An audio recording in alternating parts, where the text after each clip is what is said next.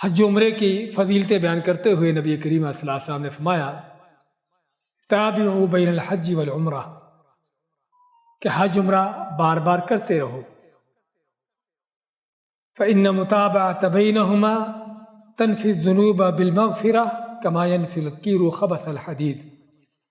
ترمذی کی صحیح حدیث ہے. آپ مانتے ہیں کہ بار بار حج عمرہ کرنے سے اللہ تعالیٰ اسی طرح گناہوں کو مٹاتا رہتا ہے، بخشتا رہتا ہے. اور دوسری روایت میں آتا ہے کہ صرف گناہوں کو نہیں بلکہ فقر و فاقے کو بھی مٹاتا رہتا ہے، کہ جس طرح اگر لوہے کو بھٹی میں ڈالا جائے تو لوہا صاف ہو جاتا ہے.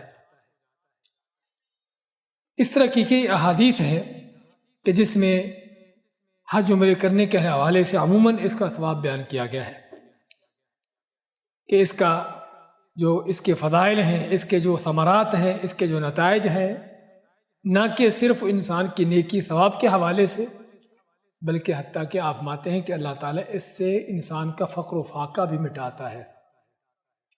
اور یہ وہ حیران کن چیزوں میں سے ہے کہ حج عمرہ عام طور پر انسان سے ایک بڑا مال اس کے لیے چاہیے ہوتا، تو کیسے انسان اتنا مال جب خرچ کرے تو وہ تو اور محتاج ہو جائے گا، ظاہراً یہ نظر آتا ہے.